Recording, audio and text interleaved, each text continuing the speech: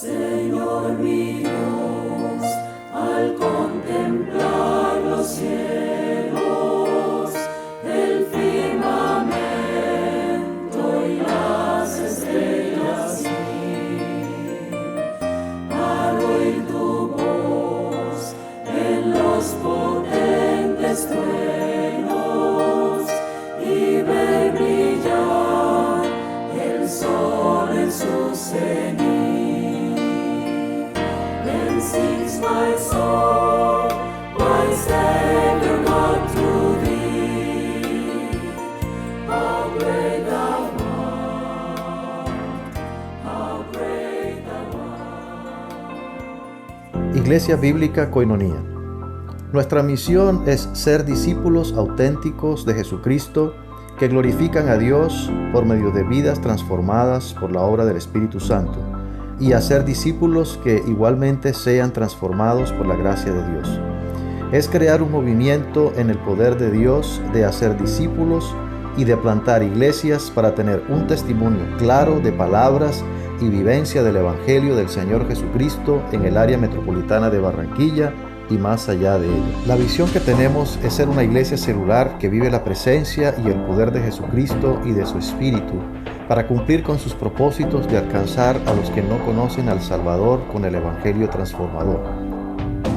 Ser una iglesia enfocada en la multiplicación de discípulos, de grupos familiares, de líderes siervos y de iglesias para presentar ante el mundo quién es Jesucristo. Como valores centrales tenemos la centralidad y autoridad de la palabra de Dios, centralidad en Cristo, dependencia de Dios, visión para la reproducción, comunidad, ministerio de todos los creyentes y santidad de vida. Como mínimo en este capítulo 2 o 3 enseñanzas, porque pienso que vale la pena que podamos profundizar un poquito y ver algunos detalles de lo que tiene este capítulo para poder observar cuidadosamente algunos principios, algunas verdades contenidas en este primer capítulo, que son verdades muy importantes y que pueden contribuir para nuestra edificación y para nuestro crecimiento como creyentes. Este libro, el libro de Colosenses, contiene algunas similitudes con el libro de los Efesios que hemos visto en estas últimas enseñanzas que el pastor Carlos Rodríguez nos ha dado, y por ese motivo pues habrá algunas secciones del libro de Colosenses que voy a pasar por alto y no voy a manejar, porque pues en el libro de Efesios ya hay algunos principios que se trataron. Entonces voy a saltar algunas secciones de esta carta, porque creo que ya hemos tenido bastante ilustración al respecto pues, de lo que Dios nos quiere decir en algunos principios que tenemos acá. Vamos a orar para pedirle al Señor que nos guíe en este tiempo. Señor, gracias por este tiempo que hemos tenido. Gracias, Señor, porque ha sido un tiempo de mucho valor para nosotros al glorificarte, al exaltarte, al rendir el tributo que tú te mereces, Señor, reconociendo lo que tú eres y lo que tú significas para nuestra vida, Señor. Gracias, porque ese es un privilegio para nosotros. Pero también es un privilegio, Señor, como congregación, como comunidad, estar alrededor de tu palabra para poder conocer y entender lo que tú quieres para nuestra vida y cuál es tu voluntad. Te pedimos, Señor, que la palabra pueda cumplir el propósito en este tiempo, que seamos transformados por medio de la renovación de nuestro entendimiento, Señor, a fin de que podamos conocer cuál es tu buena voluntad, agradable y perfecta. Gracias, Señor. Guíanos por tu Espíritu Santo, en el nombre de Cristo Jesús. Amén. Amén. Bueno, entonces esta enseñanza de hoy la he titulado Acción de gracias por el amor y el crecimiento en el cuerpo de Cristo. Y vamos a estar reflexionando en este tema que tiene que ver con agradecer a Dios por el crecimiento y también por el amor los unos con los otros, con base en Colosenses capítulo 1, versículos del 1 al 8. Entonces vamos a leer estos primeros 8 versículos de esta carta y vamos a estar reflexionando en esta sección, en este pasaje. Colosenses 1, del 1 al 8. Entonces, les voy a pedir que lo leamos juntos. Vamos a leerlo todos a la voz de 3. Entonces, ustedes me siguen y vamos leyéndolo también a la manera de poder enfocarnos y de poder ver pues, lo que Dios tiene para nosotros, juntos, unidos, así como congregación. Entonces, a la voz de 3, repetimos todos. 1, 2, 3. Pablo, apóstol de Jesucristo, por la voluntad de Dios, y el hermano Timoteo, a los santos y fieles hermanos en Cristo que están en Colosas. Gracias y paz sean a vosotros de Dios nuestro Padre y del Señor Jesucristo. Siempre orando por vosotros, damos gracias a Dios, Padre de nuestro Señor Jesucristo, habiendo oído de vuestra fe en Cristo Jesús y del amor que tenéis a todos los santos, a causa de la esperanza que os está guardada en los cielos, de la cual ya habéis oído por la palabra verdadera del Evangelio, que ha llegado hasta vosotros, así como a todo el mundo, y lleva fruto y crece también en vosotros desde el día que oísteis y conocisteis la gracia de Dios en verdad, como lo habéis aprendido de Epafras, nuestro consiervo amado, que es un fiel ministro de Cristo para vosotros, quien también nos ha declarado vuestro amor en el Espíritu. Allí. Bien, entonces voy a comenzar esta sección, mi capítulo 1, haciendo una breve introducción acerca de algunas características o algunos detalles de esta carta de Colosenses. Vamos a pasar allí, vamos a mirar un poco acerca de el autor, que es Pablo. Eso es claro allí porque lo menciona, ¿no? En el versículo 1 es Pablo, apóstol de Jesucristo, es quien es el remitente de esta carta, y los destinatarios, los creyentes de la iglesia de Colosas, al cual el apóstol Pablo les llama de una manera muy especial. Dice: a los santos y fieles hermanos en Cristo, así les llama, santos y fieles hermanos. En el versículo 2 vimos cómo Pablo llama a estos hermanos, que es una descripción, cualidades muy especiales, y así es la forma como Dios nos ve, y es la expectativa que Dios tiene también para nosotros. Son dos adjetivos que comunican características importantes acerca de los creyentes, de los destinatarios, que son llamados, por un lado, son llamados santos. Pero cuando Pablo llama santos a los creyentes, y en muchos de los encabezados y de los saludos de las cartas, también en el desarrollo, podemos ver cómo Pablo llama a los creyentes santos. Pero santos no significa que son perfectos.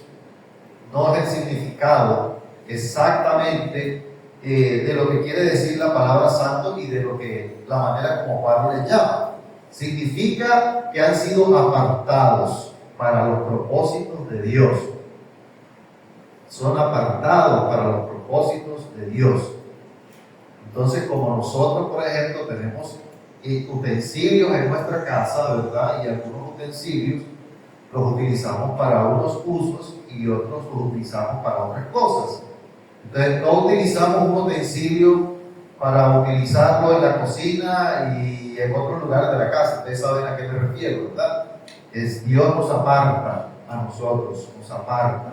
Somos instrumentos de Dios para Él, para sus propósitos. Eso es lo que Dios quiere hacer y eso es lo que quiere dar a entender santo. Pero también les llama fieles, fieles que nos sugiere también que estos creyentes han sido personas perseverantes, perseverantes en el Evangelio y perseverantes independientemente de las circunstancias por las cuales han estado pasando.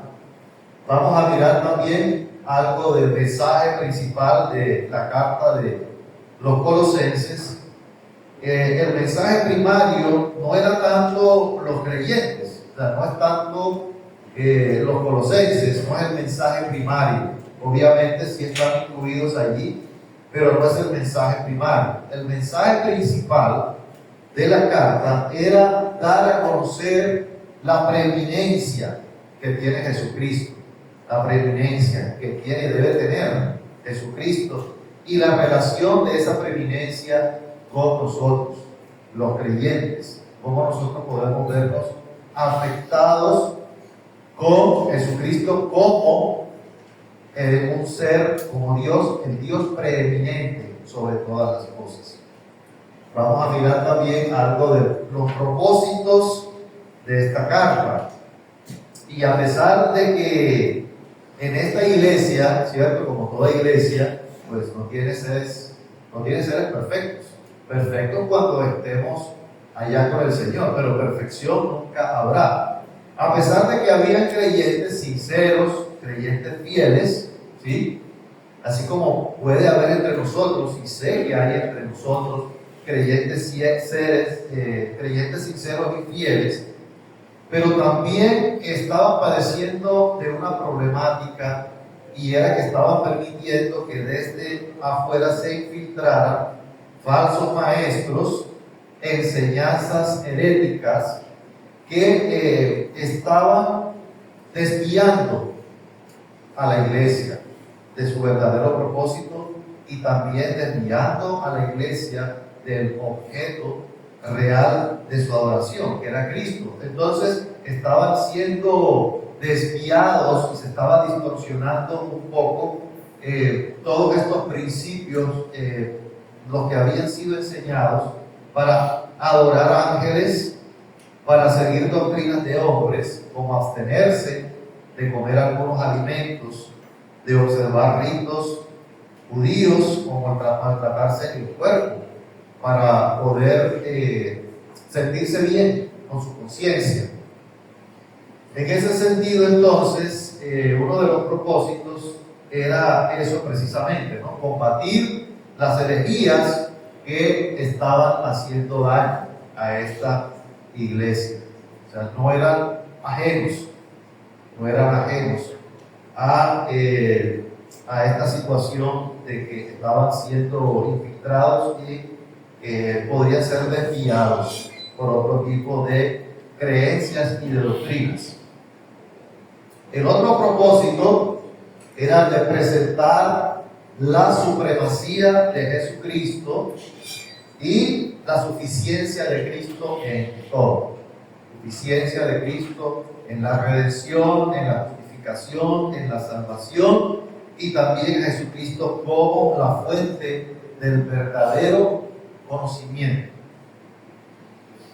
¿En qué nos beneficia entonces a nosotros los principios de esta carta o en qué cobra relevancia para nuestro contexto actual como iglesia y como creyentes?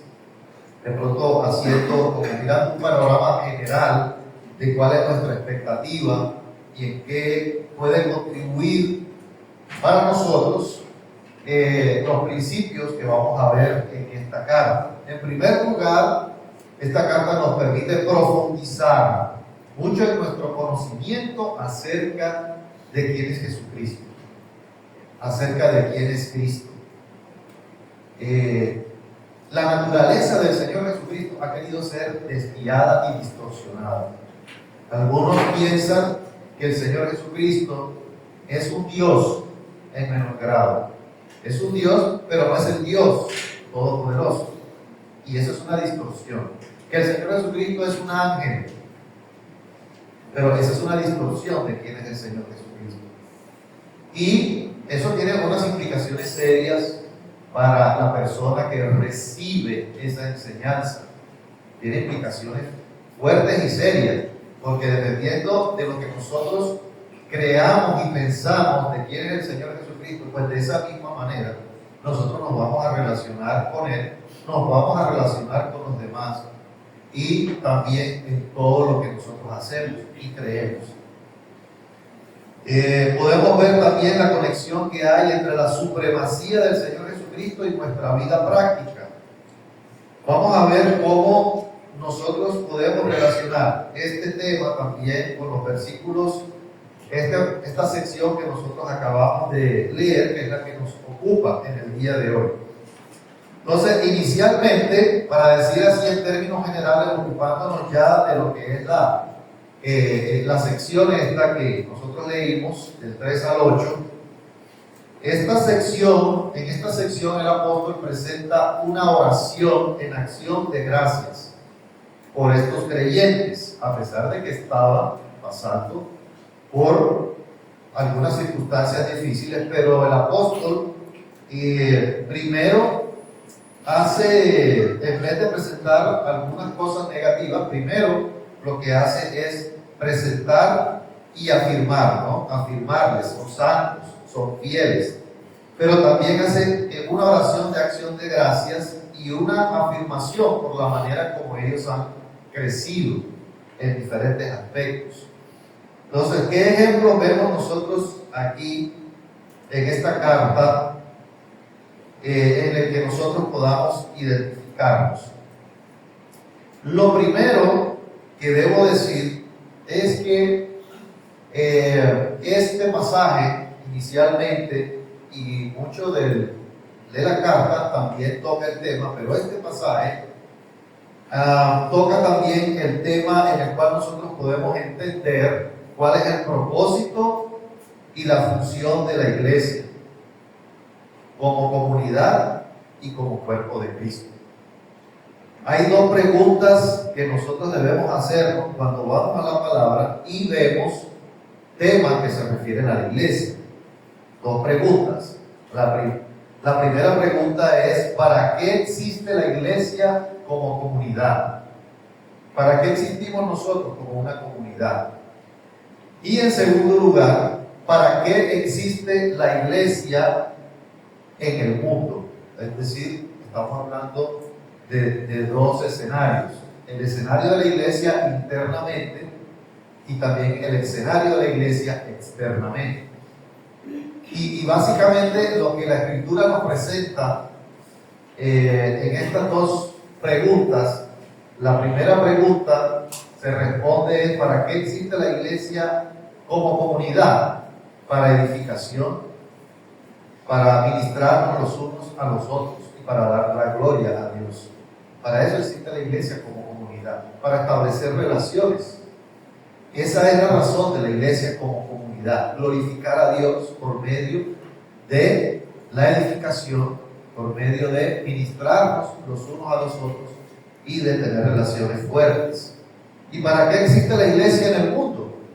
Existe la iglesia en el mundo y tenemos un espacio, Dios nos ha dado una responsabilidad en el mundo para compartir el Evangelio de Jesucristo.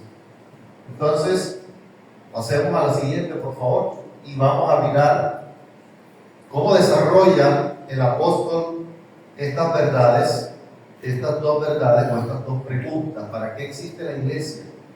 ¿Cuál es nuestro propósito como creyentes y como comunidad? Entonces, inicialmente el apóstol da una acción de gracias por la perseverancia de los creyentes y por su fidelidad en el Evangelio. Y ahí comenzamos en el versículo 3, donde el apóstol Pablo en esta carta está diciendo que está orando por ellos, ¿cierto? Por dos cosas básicas. Dice: siempre oro por ustedes, dando gracias a Dios Padre de nuestro Señor Jesucristo, habiendo oído de vuestra fe en Cristo Jesús y el amor que tenéis a todos los santos. Entonces, una de los motivos por los cuales ora el apóstol es que a él le habían llegado noticias acerca de la fe que ellos tenían en el Señor Jesucristo y cómo esa fe, eso que ellos recibieron, iba creciendo cada día más en su corazón. Y la otra era la manera como también estaban desarrollando relaciones fuertes entre los creyentes y que eso se evidenciaba por la manera como se amaban los unos a los otros. Entonces ya estamos viendo allí dos virtudes que como iglesia debemos desarrollar y para qué existimos, ¿cierto? La fe, pero también el amor que se ve en las relaciones fuertes entre los creyentes, los unos con los otros. Entonces quiero enfatizar primero en la oración. La oración que hace el apóstol está enfocada en eso, en dar gracias. Dar gracias a Dios por la respuesta que estos hermanos le habían dado al Evangelio. Recibieron el Evangelio, respondieron a Jesucristo en arrepentimiento y fe. Y ese es un motivo de acción de gracias. También es un motivo de acción de gracias como esta comunidad de creyentes estaba fortaleciendo sus relaciones de amor unos con otros, porque el amor estaba demostrado en cómo se edificaban, en cómo se apoyaban, en cómo se ayudaban, en cómo se consolaban los unos a los otros, en cómo se amonestaban los unos a los otros. Y esa es la razón por la cual el apóstol da gracias por ellos. Y por eso nosotros tenemos que vernos, la iglesia, como una comunidad cuya característica principal es lo que nos une a nosotros. Comunidad, siempre la raíz de la palabra comunidad es que tenemos algo en común, ¿cierto? Entonces, para nosotros, ¿qué es lo que nosotros tenemos en común? El Evangelio. Eso es lo que tenemos en común. Tenemos en común a Jesucristo. En otras palabras, el Evangelio es el Señor Jesucristo, su persona y su obra. Nosotros tenemos un fundamento y ese fundamento es Jesucristo. Y también tenemos a Jesucristo como cabeza de la iglesia. Y por eso habla de la supremacía de Jesucristo. Él es nuestra cabeza. Jesucristo es nuestra cabeza. Él es nuestro sumo sacerdote. No tenemos un sumo sacerdote aquí en la tierra nosotros. No tenemos un sumo pontífice. Nuestro sumo pontífice es el Señor Jesucristo. Él es nuestro sumo sacerdote. Y a Él es a quien tenemos que adorar. El Señor Jesucristo. No tenemos un sumo sacerdote, una cabeza visible de la iglesia. La Biblia no habla de eso. Nuestra cabeza visible, aunque no lo veamos, pero nuestra cabeza es el Señor Jesucristo. Y eso es lo que el apóstol Pablo quiere también expresar y comunicarles a los creyentes. Y nosotros tenemos en común al Señor Jesucristo. Nos une su obra, nos une el amor que derramó en nosotros. Y nosotros tenemos que, como comunidad, reflejar ese amor que el Señor Jesucristo nos ha dado entre nosotros mismos, como comunidad, y también el amor hacia afuera, al mundo que aún no ha conocido a Jesucristo. Entonces, el apóstol no solamente tiene noticias, buenas noticias de la fe de ellos, sino también de cómo esta fe se evidencia en el amor los unos hacia los otros. La fe se evidencia en eso, en el amor que tienen los unos hacia los otros, y también cómo crece fortaleciendo las relaciones entre ellos. Y eso es lo que somos como iglesia. ¿Qué tiene de relevante para nosotros este deseo que tiene el apóstol Pablo por estos hermanos? Porque el apóstol está mencionando en su oración, es un deseo, ¿cierto? Es un deseo que ellos sigan creciendo en eso. Acción de gracias también es un deseo. Y nosotros también podemos seguir ese modelo de orar en acción de gracias por la fe y también por el crecimiento entre nosotros. Esos son buenos motivos para orar. Algo que nosotros hemos venido aprendiendo en nuestro proceso de crecimiento como iglesia, estamos creciendo en eso. Y ese es un motivo de dar gracias a Dios. Hemos venido creciendo y hemos venido entendiendo que no podemos enfocar nuestras oraciones y nuestras peticiones únicamente en pedir para nuestras necesidades físicas o económicas, como la salud, como el trabajo. Y no digo que no sean cosas buenas. Claro que tenemos que orar por la salud. Claro que está bien orar por ingresos, por trabajo si no tenemos. Pero también es expresar agradecimiento a Dios por la manera como Dios ha obrado en nuestras vidas. Acción de gracias por lo que vemos que Dios está haciendo en medio de nosotros.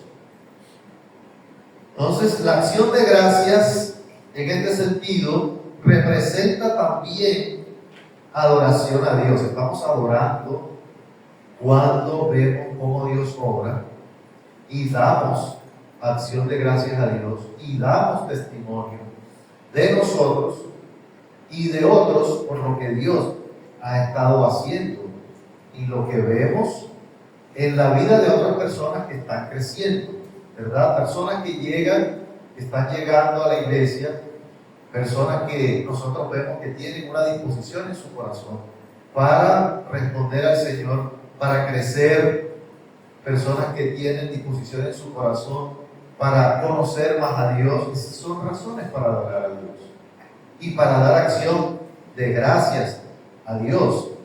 Eso significa que estamos exaltando a Dios porque el Señor es el que está manifestando su gracia en medio de nosotros.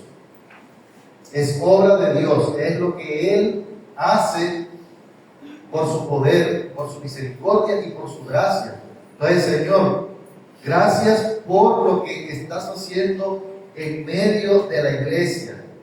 Gracias por las personas que están llegando. Gracias por las personas que están haciendo estudios básicos, discipulados, etc. Esos son motivos de dar gracias a Dios también. Y no solamente por la salud y por los ingresos económicos. Y eso está bien, eso está bien. Gracias a Dios que tenemos salud y que tenemos ingresos. Entonces nosotros necesitamos también orar, así como el apóstol oraba por su crecimiento espiritual, por el crecimiento nuestro, el de nuestra familia, el crecimiento de la iglesia. Orar para dar gracias a Dios porque tenemos el privilegio de haber conocido a Jesucristo. Ese es un privilegio que Dios nos da por su gracia de ser sus hijos, de que vivimos en una comunidad de creyentes. Eso es un privilegio. Pocos tienen ese privilegio y a Dios le gustaría que muchísimos tuvieran ese privilegio y a nosotros también. Pero ese es un privilegio que en comparación con los habitantes de la tierra pocos tenemos, digámoslo en ese sentido. Ese es un privilegio. Ese es un motivo de gozo, ese es un motivo de agradecimiento a Dios. Es un privilegio que nosotros podamos compartir y podamos ser parte de la familia de la fe en Cristo. porque podemos tener oportunidad de compartir cargas, de llevar cargas, de orar los unos por los otros, de apoyarnos, de consolarnos. ¿Dónde podemos ver todo esto fuera de la iglesia? ¿En el trabajo? ¿Podemos ver eso? No. Lo vemos en la iglesia. ¿En qué otro escenario podemos ver? El Señor ha puesto la iglesia para eso. El Señor ha puesto la iglesia para fortalecer relaciones y para que los unos con los otros podamos apoyarnos y podamos llevar las cargas. Y también la palabra de Dios lo dice: llevad las cargas los unos de los otros y cumplid así la ley de Cristo, llevar las cargas, así como el Señor Jesucristo llevó nuestras cargas. Entonces es un privilegio que podamos compartir y seamos parte de la familia de la fe en Cristo. Y voy a dar unos ejemplos de cómo podríamos orar en acción de gracias, y voy a enviar estos modelos de oración también al chat de la congregación para que como aplicación podamos orar en ese sentido. Oremos por nuevas personas que están conociendo al Evangelio y al Señor a través del estudio básico o de compartir naturalmente. Ahí mencioné el estudio básico, es un ejemplo, pero no es el único. Entonces, demos gracias por estas personas que están conociendo el Evangelio. Gracias por las personas que estuvieron el jueves 17 de abril aquí con el evento que hicimos. Señor, gracias por estas personas que estuvieron aquí. Gracias porque nos das la oportunidad nos diste la oportunidad de compartir y nos puedes dar la oportunidad de seguir compartiendo con estas personas, aunque estamos delegando esa responsabilidad a cada grupo familiar, al siervo y a las personas que invitaron, pero nosotros también podemos unirnos para orar por la provisión de más siervos y aprendices para los grupos familiares, porque eso es crecimiento. Señor, gracias por la manera como tú has provisto, por nuevos siervos, por nuevos aprendices que tenemos. Señor, gracias por personas que están ayudándonos en las tareas de los domingos en la celebración. Gracias, Señor, porque ellos también están contribuyendo para que nosotros podamos edificarlos. Gracias, Señor, por la provisión de personas que están dispuestas a dar estudios, a ser discipulados, porque eso hace parte del crecimiento y tenemos que dar acción de gracias a Dios. Y estas tres últimas es donde también se muestra el amor que el apóstol estaba hablando, que era una muestra de la fe y del crecimiento en las relaciones. Ahí se muestra el amor en la comunidad, que es cómo también nos servimos los unos a los otros.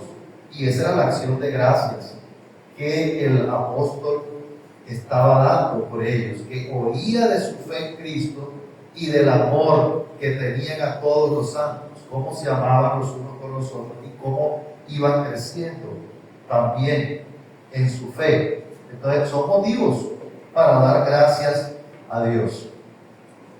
Ahora, ¿cuál es sigamos por favor al siguiente, el motivo de experimentar relaciones fuertes y duraderas? Y el amor que tienen ustedes precisamente está basado en quién es Jesucristo, en sus provisiones y en sus promesas, porque Cristo es el centro, no son los creyentes. Nosotros tenemos una relación, claro, pero Cristo es el centro y es, ¿verdad?, el Evangelio, lo que el Señor Jesucristo ha hecho, sus provisiones, sus promesas, su amor. ¿Cuál era el motivo de que estos creyentes estuviesen experimentando relaciones fuertes los unos con los otros, por lo cual el apóstol está dando gracias? Pues una de las facetas del Evangelio y de las promesas del Señor es la expectativa del futuro también, que nos une. es la expectativa del futuro. Lo que vivimos acá es una realidad, pero también la expectativa del futuro, de las promesas del Señor, eso también nos une. Eso también nosotros lo tenemos en común. O sea, la comunidad de creyentes también comparte una expectativa en común. ¿Cuál es la expectativa que tenemos en común? El futuro, la esperanza de lo que el Señor Jesucristo nos ha prometido. Los lazos entre nosotros, lo que nos une, no son relaciones superficiales. No nos unen relaciones superficiales. No nos unen relaciones como las de un club social, ¿verdad? ¿Qué une un club social? ¿Qué es lo diferente entre la iglesia y un club social? ¿Qué hay de diferencia? Aquí tiene que haber mucha diferencia, ¿cierto? Porque nosotros tenemos un fundamento que es Jesucristo y tenemos una esperanza, una expectativa. En el club social se reúne gente que tienen cosas en común. Tienen cosas en común, sus gustos, sus hobbies, los deportes, la fiesta, etcétera, ¿verdad? El trago, todo eso. ¿Sí? Nosotros también tenemos cosas en común. Sí, nosotros no tomamos trago, pero comemos bastante. ¿Cierto? Entonces, eso también lo tenemos en común. ¿Sí, claro? En un club social se reúnen o se hace parte pues, para pertenecer, ¿sí? Para dar identidad. Se reúnen a un club social para pertenecer. Nosotros es porque pertenecemos. Porque pertenecemos. Nuestra identidad ya está en lo que Cristo ha hecho en nosotros. Y esa es también otra diferencia. Pero tenemos que diferenciarnos de un club social. La iglesia no es solamente para algo social. Sí tenemos cosas sociales, obviamente. Claro que tenemos cosas sociales. El grupo se reúne para ir a comer, nos reunimos para hacer una confraternidad, nos reunimos para un cumpleaños, etc. O sea, hay muchas cosas que podemos hacer socialmente, pero realmente nuestro fundamento y nuestra esencia está en lo que Cristo ha hecho y en sus promesas. Entonces, estos hermanos, el hecho de que estuvieran muy profundos en sus relaciones de amor, era la expectativa que tenían y la esperanza. La comunión los unos con los otros proviene de la esperanza que tenemos de nuestra común salvación en Cristo y la esperanza del futuro. Eso es lo que nosotros debemos tener en común. Si nosotros venimos, si nosotros pertenecemos con una expectativa diferente, pues no vamos a poder cumplir el propósito que es el Señor Jesucristo y Dios quiere para nosotros. Todos tenemos que estar sintonizados y conectados con el mismo propósito, con las mismas expectativas y con la misma identidad. Todos tenemos que estar conectados y sincronizados con eso, porque entonces no vamos a poder cumplir el propósito de Dios. Nuestra esperanza tiene que estar fundamentada en Jesucristo y en sus promesas. ¿Qué es lo que les ha dado a ellos la esperanza de esta vida eterna? De esta manera, la realidad de la esperanza futura común es la que debe generar en nosotros el amor y la fraternidad. Es la esperanza futura. El hecho de compartir esa misma esperanza que nos ha sido dada al estar unidos con Cristo es lo que debe producir el ánimo para amarnos, para relacionarnos los unos a los otros, para cuidarnos, para orar unos por otros, para consolarnos.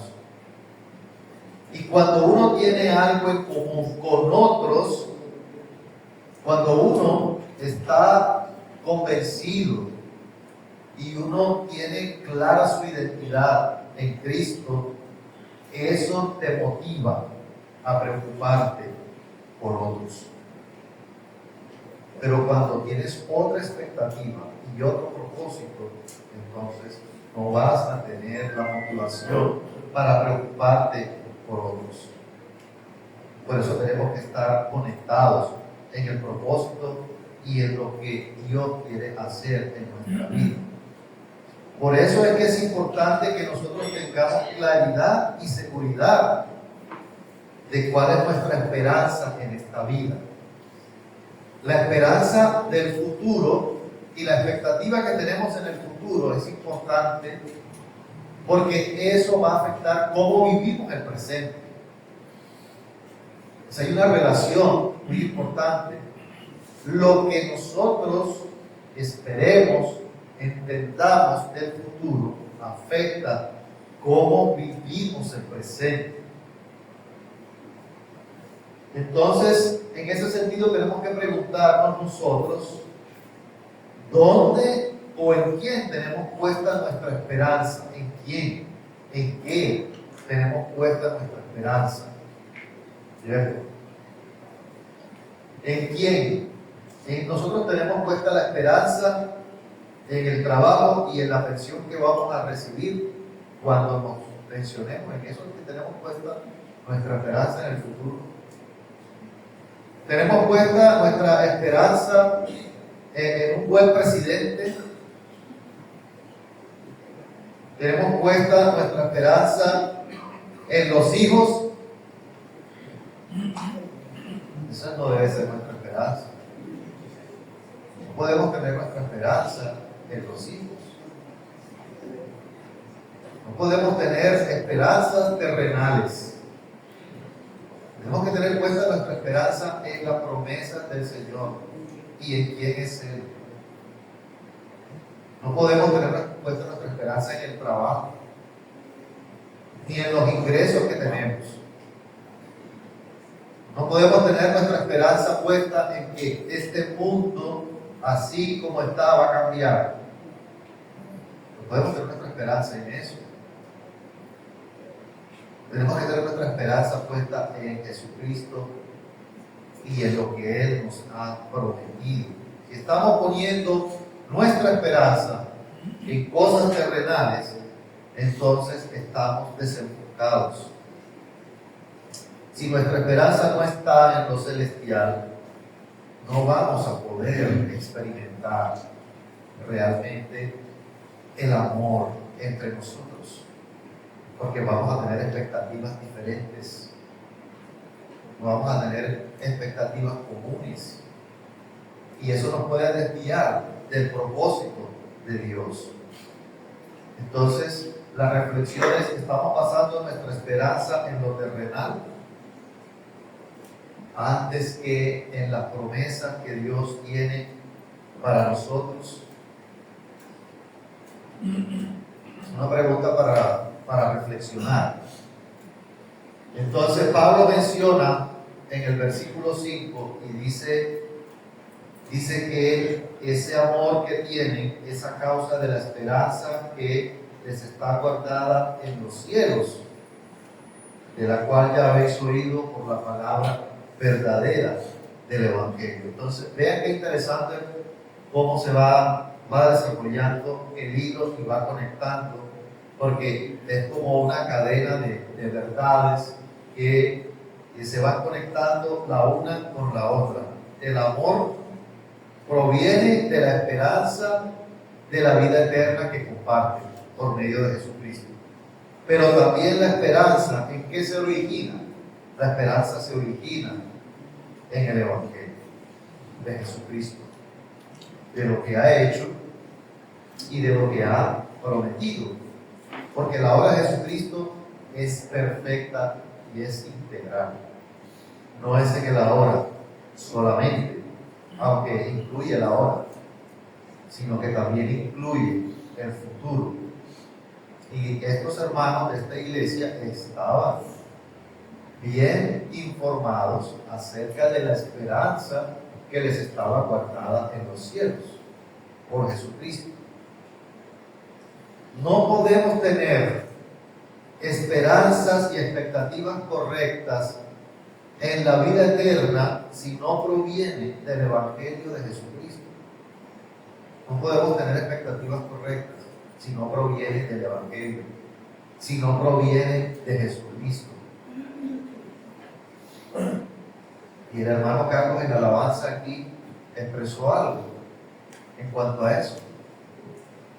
Lamentablemente y tristemente muchas personas están poniendo su esperanza en líderes religiosos que murieron y se quedaron en la tumba. Pero el Señor Jesucristo resucitó, su tumba está vacía. Y eso era lo que cantamos. Cantamos eso, la tumba vacía es nuestra canción.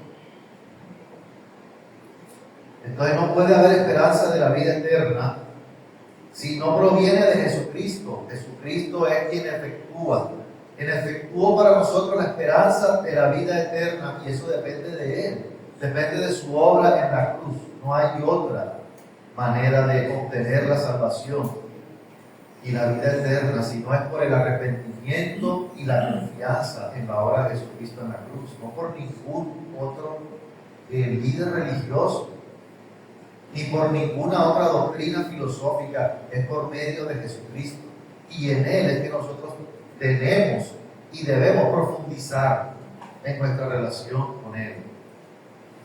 Pero también hay otros aspectos importantes que menciona este pasaje acerca del Evangelio.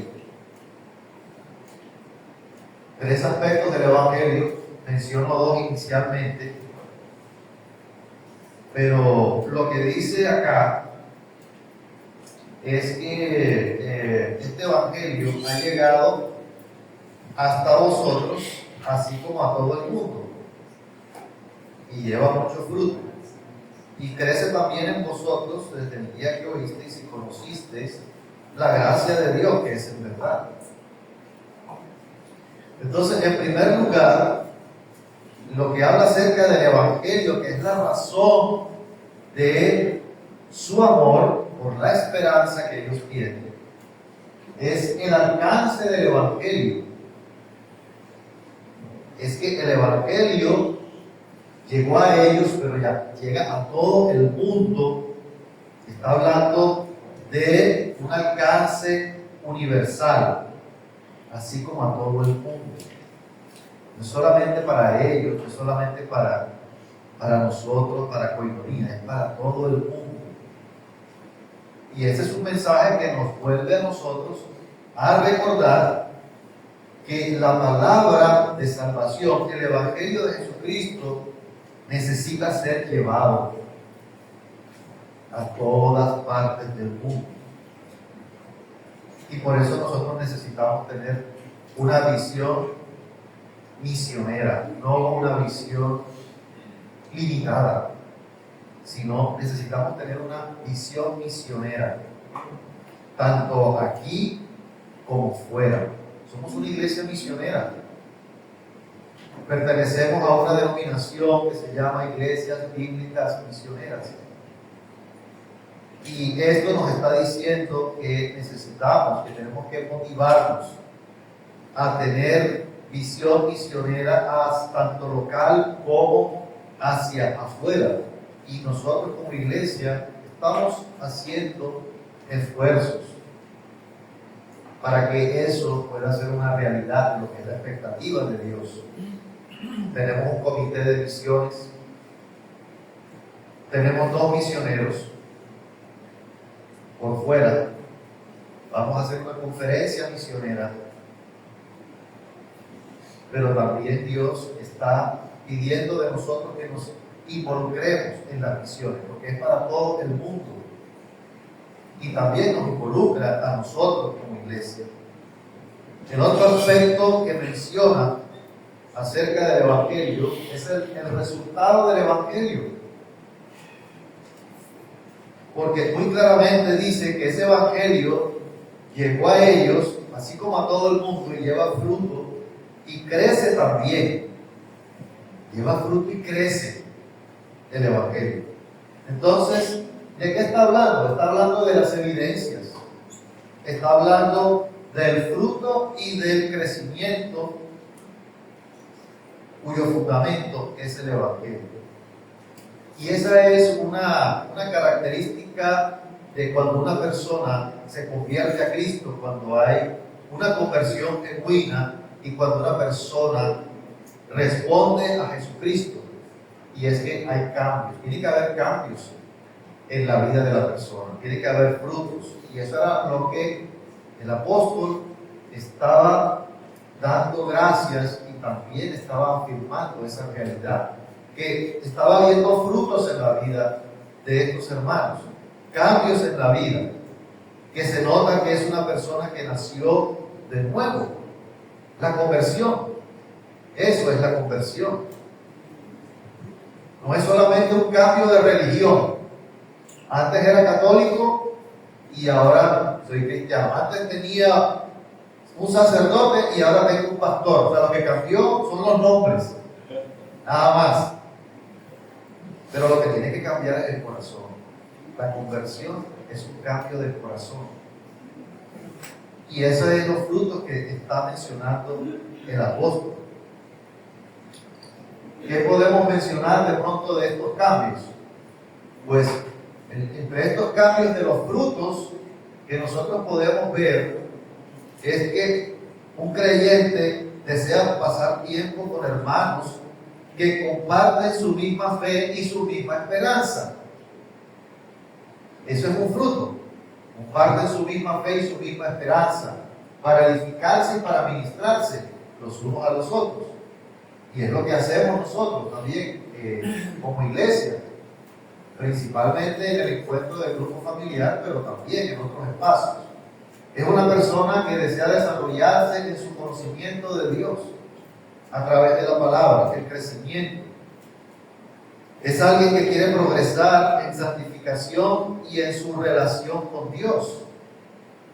Ahí se ve el fruto y el crecimiento de una persona que es creyente.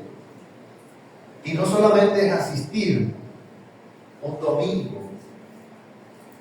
Eso es bueno y eso hace parte, ¿cierto?, de lo que somos como iglesia. Pero eso va mucho más allá. Va mucho más allá de solamente ser un asistente. Dios quiere algo más. Es una persona también que desea progresar en su relación con Dios y en santificación, porque no somos perfectos. Es una persona que lucha contra los hábitos pecaminosos. Eso también son frutos y es evidencia de que una persona se ha convertido, y ese es el fruto. Son algunos, no estoy mencionando toda una lista, pero pueden ser algunos, que puede ser una persona también que desea servir a Dios, que desea compartir el Evangelio. Esos son frutos, se ve realmente el fruto. Y el tercer aspecto, el momento en que el Evangelio impacta. ¿Cuándo es que el Evangelio impacta? Es cuando se escucha el Evangelio y la persona responde a la gracia de Dios. Porque el Evangelio tiene que ser escuchado. El Evangelio tiene que ser escuchado por la persona para que pueda responder. ¿Cómo oirán sin nadie que les predique? ¿Cómo oirán? Y eso es lo que dice la palabra. La fe es por el oír y el oír es por la palabra de Dios. La fe es por el oír. Entonces el Evangelio se trata de eso, se trata de oír y de responder a Cristo. Por eso, cuando una persona que hace el estudio básico acá en la iglesia, al finalizar, pues entonces se le hace una autoevaluación, que son unas preguntas acerca de si la persona ha podido entender y apropiar el Evangelio en su vida, cómo está entendiendo las verdades del Evangelio y cómo las ha apropiado a su vida, para ver si realmente hubo un impacto en ella. Algunas personas creen que es ser cristiano desde que se nace. Como nací en un hogar, mis papás son cristianos, entonces tú cuando eres cristiano, tú desde que nací. No, eso no es una respuesta, porque Dios tiene hijos, no nietos. Entonces, hay que tener claridad de eso, hay que responder al Evangelio, hay que impacte el Evangelio. No se puede considerar cristiano porque nació en un hogar cristiano. Sí se puede tener seguimiento y los padres pueden orientar, ¿cierto? Claro que sí, pero eso no garantiza el haber nacido. El que nace en un establo no es caballo. Entonces, tenemos que tener en cuenta también que la salvación es algo personal. Como padres, nosotros tenemos responsabilidad de guiar a los hijos, pero finalmente son los hijos los que deben tomar decisión por responder al Evangelio. Pasemos aquí a un ejemplo para seguir de fidelidad y de perseverancia en el Evangelio, versículos 7 y 8. Dice: como lo habéis aprendido de Epafras, nuestro consiervo amado, que es un fiel ministro de Cristo para vosotros, que también nos ha declarado vuestro amor en el Espíritu, nuevamente el amor. Y esta carta menciona a este personaje, un personaje que tiene dos características, que es un consiervo amado por la iglesia, y además otra característica es su fidelidad. ¿Y qué significado tiene para la carta y para nosotros el ejemplo de este hermano, que era un líder? ¿Verdad? En primer lugar, este hermano tiene un papel muy importante en esta iglesia porque, según los comentaristas, era un líder que evangelizó, llevó la semilla de la palabra y además también estableció y plantó iglesias en toda esta región a la que pertenece la ciudad de donde son estos hermanos. El ministerio de este hermano Epafras no era tan conocido, pero esto que nombra el apóstol es suficiente para nosotros entender un poquito lo que significó. Consiervo amado, fiel ministro. Fiel ministro, ¿por qué? Porque pudo permanecer constante y perseverante en la labor de evangelizar y de discipular. Es otro ejemplo de lo que nosotros podemos aprender también de este hombre fiel y apasionado, porque la fidelidad es una de las cosas que nos debe caracterizar a nosotros como creyentes. Necesitamos reflejar la fidelidad de Dios también en lo que nosotros hacemos. ¿En qué cosas nosotros necesitamos mostrar fidelidad, así como lo mostró Epafras? Fidelidad en lo que nosotros nos comprometemos a hacer, en nuestra responsabilidad, fidelidad. Porque agrada a Dios la fidelidad, porque Dios es fiel y quiere que nosotros también seamos fieles. Fidelidad y constancia en lo que Dios nos ha llamado a hacer: a discipular, a evangelizar, a ministrar a otros. Fidelidad y constancia en nuestra participación en lo que hacemos como iglesia. Fidelidad en la celebración, en las actividades, en los encuentros del grupo familiar. Fidelidad, Dios quiere fidelidad. Fidelidad en dar para las necesidades de la iglesia, para dar para las necesidades de otros. Son algunos ejemplos, no son los únicos. Pero la fidelidad es una virtud que nosotros necesitamos desarrollar. Una de las virtudes que nosotros como creyentes necesitamos desarrollar es ser fieles. El Señor, en una de las parábolas, a uno de los siervos le dijo: muy bien, siervo y fiel, entra en el gozo de tu Señor. Porque a Dios le agrada la fidelidad, que seamos fieles. Entonces la fidelidad no es algo opcional. La fidelidad no es solamente para los que están en liderazgo o para algunas personas que son más espirituales. Es una cualidad que nosotros los creyentes tenemos que desarrollar. Una persona fiel, aún en medio de circunstancias adversas, a Dios le agrada nuestra fidelidad, aún en circunstancias adversas. Vamos a mirar qué principios hay en esta sección que vimos de esta primera parte del capítulo 1. Yo veo algunas expectativas de Dios y el ejemplo de estos hermanos. También el deseo de Dios en nuestro crecimiento en fe, en esperanza y en amor. El crecimiento espiritual producido por la respuesta al Evangelio y la fidelidad en nuestra relación con Dios y con los demás. Son principios que veo allí. Pero ¿qué cosas pueden estar en contraposición con estos ejemplos que hemos visto, que es el deseo de Dios, que debe ser el mismo deseo nuestro? O sea, el deseo de Dios debe ser nuestra expectativa también. Pero ¿qué cosas pueden estar en contravía de eso, humanamente hablando? Porque puede haber una tendencia de pensar que yo soy independiente del cuerpo y que la comunión y la interacción con el cuerpo son opcionales.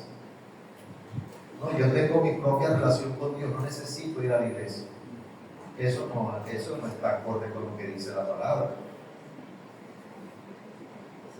Eso no está acorde. Eso es un pensamiento y un concepto que va en contra de la voluntad de Dios. O la tendencia de no crecer espiritualmente. La tendencia de que ya yo aprendí todo lo que tenía que aprender, ya yo hice todos los cursos allá en la iglesia. Ya, de todo. Pero esa no es la realidad. Hay una necesidad siempre de seguir creciendo. Hay una necesidad de seguir avanzando espiritualmente. Y eso es hasta el último día que estemos en la tierra. Todos. Y yo me incluyo, todos. Tenemos esa necesidad. O el pensamiento de que las actividades y las responsabilidades con Dios son cosas religiosas que yo agrego a mi vida y que no lo hago realmente con el corazón y con el amor que Dios espera. Entonces, ¿qué podemos hacer para poder llevar a cabo el ejemplo que hemos visto? Necesitamos ejercitarnos en el amor y en la comunión los unos con los otros.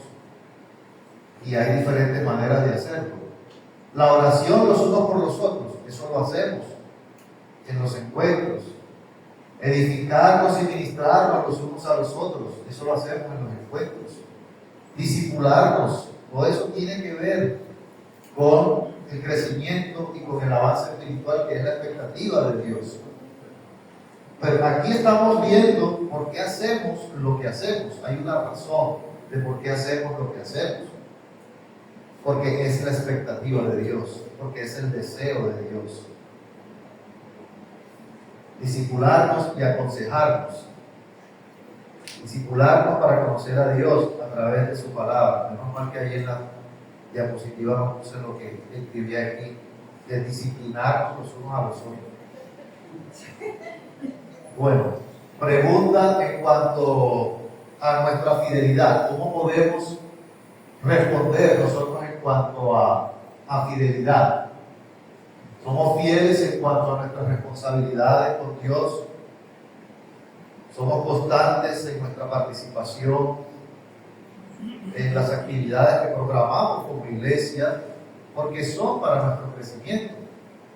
Se hacen para nuestra edificación. Se planean para nuestro crecimiento y nuestro avance espiritual. Somos responsables con la tarea que se nos asigna. Somos fieles en ser generosos con las necesidades que tenemos como iglesia, somos fieles. El Señor le agrada la fidelidad. Como conclusión, hermanos, la vida cristiana no se limita a un evento religioso al que asistimos.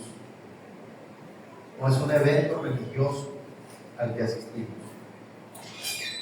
La vida cristiana es un proceso dinámico, constante, en el que hacen parte tres virtudes que debemos desarrollar: la fe, el amor y la esperanza.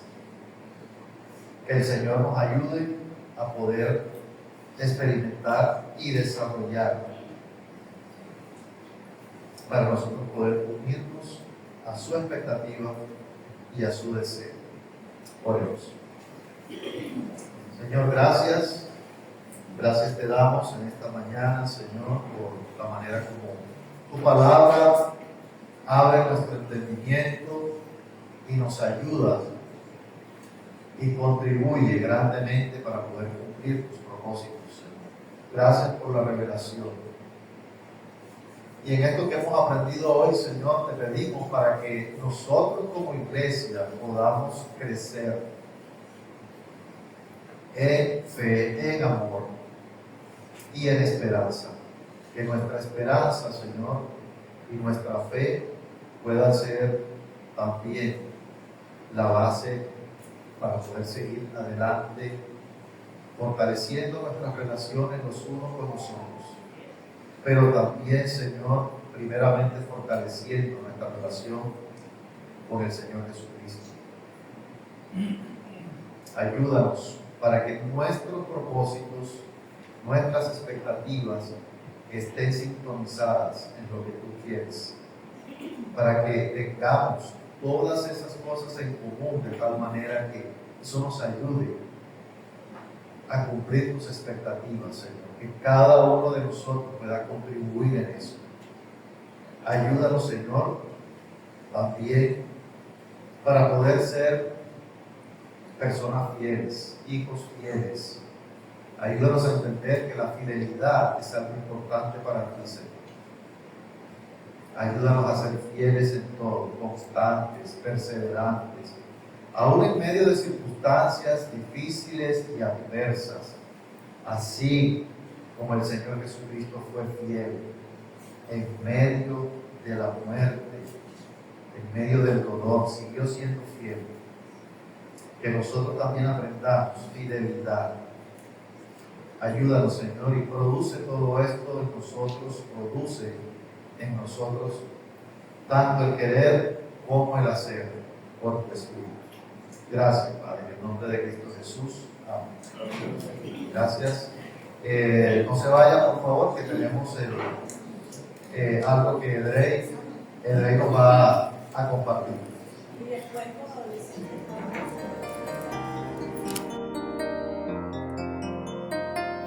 Señor mi Dios, al contemplar los cielos,